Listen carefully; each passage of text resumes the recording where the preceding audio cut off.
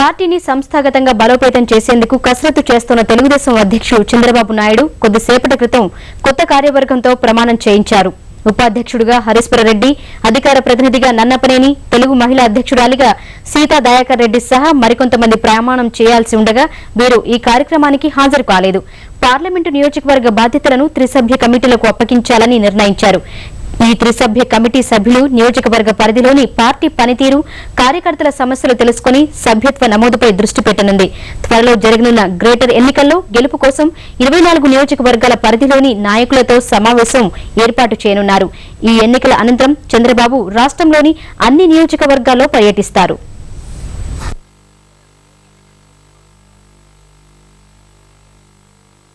రెండు మూడు సంవత్సరాల నుంచి 4-5 సంవత్సరాల నుంచి తుంగభద్ర గేట్స్ పనిచేయడం మానేశాయి. అనేక సందర్భాల్లో వాళ్ళు లెటర్లు రాశారు, కానీ ఆ గేట్ రిపేర్ చేయాలని కూడా ఆలోచించే పరిస్థితి లేకుండా పోయింది. ఏ సుంకేసులు ఉందో ఆ సుంకేసుల్లో 6 గేట్లు పనిచేయకుండా పోవడం, కడాన ఆ నీళ్లు ఒక పక్కన చూస్తే రాజోలి, ఇంకో పక్కన సుంకేసుల విలేజ్కి ముందు బ్రీచ్ అయి ఆ విలేజ్ కొట్టుకోపోవడం, తర్వాత బండు కూడా బ్రీచ్ అయి మొత్తం కొట్టుకొని అవన్నీ వచ్చి కర్నూలు పైన పడే పరిస్థితి వచ్చింది. నేను కర్నూలుకు కానీ అలంపూర్ కానీ రాష్ట్రంలో 6 రోజులు తిరిగాను. మన కార్యకర్తలు చాలా బాగా పనిచేశారు. ఎంత బాగా పనిచేశారంటే తెలుగుదేశం పార్టీకి గర్వపడుతున్నాం. చాలా బాగా పనిచేశారు.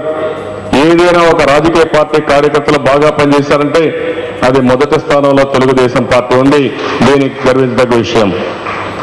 అయితే అక్కడ సమస్య కూడా చూస్తే చాలా బాధ వేస్తుంది.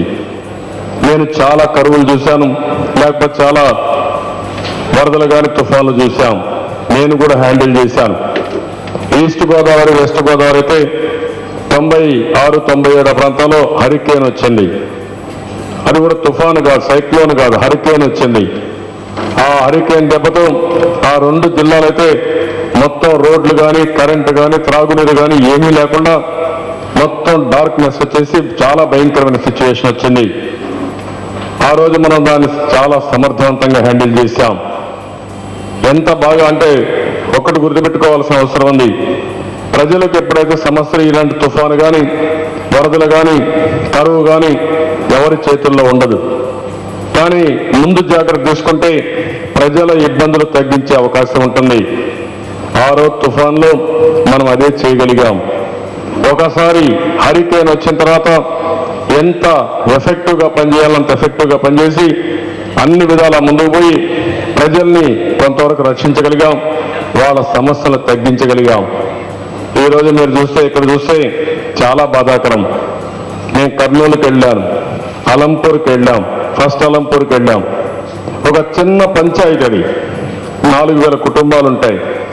ఇన్ని రోజులైనా ఇంతవరకు కూడా నీళ్లు తీసేయకుండా, బురద లేకుండా అవన్నీ తీయడంలో ప్రభుత్వం పూర్తిగా ఫెయిల్ అయ్యే పరిస్థితి వచ్చింది. ఎంత బాధేస్తుందంటే బాధేస్తుందంటే 30వ తారీఖు వస్తే ఈరోజు 21వ తారీఖు వచ్చాం. అంటే 22 రోజులు, 3 వారాలు 4 వారాలను దాన్ని పూర్తిగా ఏం చేయాలో చేయలేకపోయే పరిస్థితి వచ్చారు. కర్నూలు చూశాను. ఎంత భయంకరం అంటే కర్నూలు పోతే నేను పోయిన రోజు గుట్టలు గుట్టలుగా ఎక్కడికక్కడ ఇంట్లో ఉండే తిండి గింజలు కానీ, అవన్నీ తడిచిపోయిన పదార్థాలు కానీ రోడ్డు మీద వేసి అవన్నీ తీసుకొచ్చి వీళ్ళు బయట పారేయలేకుండా అక్కడనే ఉండే పరిస్థితి ఉంది. ఈ రోజు కూడా అదే పరిస్థితి కొనసాగుతుంది. నేను ముఖ్యమంత్రి గారి స్టేట్మెంట్ చూస్తే నాకు ఆశ్చర్యం వేస్తుంది. ఇంకా ఒక 3 రోజుల్లో మొత్తం తీసేమని అడుగుతున్నాడు. అంటే 24 రోజులైనా టైం చాలలేదు.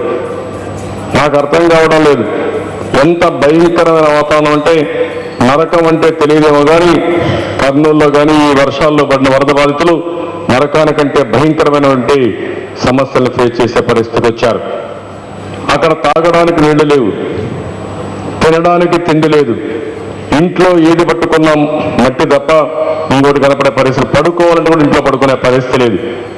ఒకవేళ ఎక్కడన్నా మిద్ది పైన ఉంటే అంతవరకు 30 అడుగుల నీళ్లు వచ్చాయి. 30 అడుగులు అంటే మనం ఊహించుకోవచ్చు, 2 ఫ్లోర్ల పైన వచ్చేసాయి. చాలా బిల్డింగ్స్ అన్నింటిలో నీళ్లు వచ్చాయి.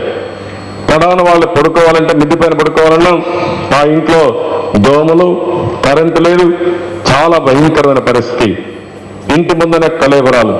ఎందుకంటే ఈ ఊర్లో ఉండే జంతువులను చచ్చిపోతే నేను పోయింది 5 రోజుల తర్వాత తర్వాత నేను పోయిన 3 రోజులు తిరిగాను.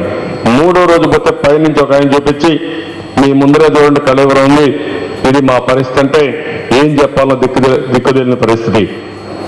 ఆ విధంగా చాలా మంది చిన్న పెద్ద తారతమ్యం లేకుండా అందరూ కూడా బాధపడ్డారు. కడాన మిడిల్ క్లాస్ కానీ అబవ్ మిడిల్ క్లాస్ కానీ డబ్బులుండే వాళ్ళు కానీ ఇండ్లు పోయినాయి, షాపులు పోయినాయి, అన్ని పూర్తిగా ధ్వంసం అయిపోయినాయి. కడాన ఎవరైతే స్వచ్ఛంద సంస్థలు ఇచ్చే ఫుడ్ పాకెట్ తీసుకొని వాళ్ళు ఇచ్చే నీళ్లు తాగి రైల్వే స్టేషన్లో లేకపోతే బస్ స్టాండ్లో పడుకున్న పరిస్థితి, చాలా దారుణమైన పరిస్థితి. ఇలాంటి పరిస్థితి ఎక్కడ కూడా జరగలేదు, అంత భయంకరమైన పరిస్థితి జరిగింది.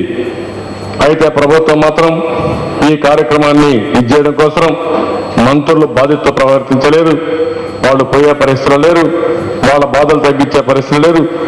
ఇప్పటికి కూడా ఎవరైతే మంత్రులు బాధ్యత తీసుకున్నారో వాళ్ళు బాధ్యత పూర్తిగా విస్మరించారు. మున్సిపల్ అడ్మినిస్ట్రేషన్ బాధ్యత మున్సిపాలిటీస్ అన్ని క్లియర్ చేయడం. ఈరోజు ఏదైతే శంకేశల బ్యారేజ్ కొట్టుకోమైందో కేసీ కెనాల్లో నీళ్లు లేకుండా కొన్ని పొలాలు ముంపుకు గురై దెబ్బతింటే ఇంకొన్ని పొలాలు పూర్తిగా నీళ్లు లేకుండా ఈరోజు ఎండిపోయే పరిస్థితి వచ్చింది. నిన్న కూడా మనం చూస్తున్నాం, అక్కడ ప్రజాప్రతినిధులు బాధ్యతారహితంగా ప్రవర్తించడం. ప్రభుత్వం అయితే ఇంతవరకు ఒక చిన్న విషయం అడిగితే రాజోల్లో ఉండే గ్రామస్తులందరూ బాధపడి మాకు ఇళ్లు కట్టి ఇవ్వండి, మేము ఇక్కడ ఉండలేం, మళ్ళీ కొట్టుకొని పోతాయి, పైన ఇంటి జాగా ఇస్తామని హామీ ఇవ్వమంటే ఇవ్వకుండా 3-4 రోజులు కాలయాపన చేస్తే ఇంకా చేస్తున్నారు.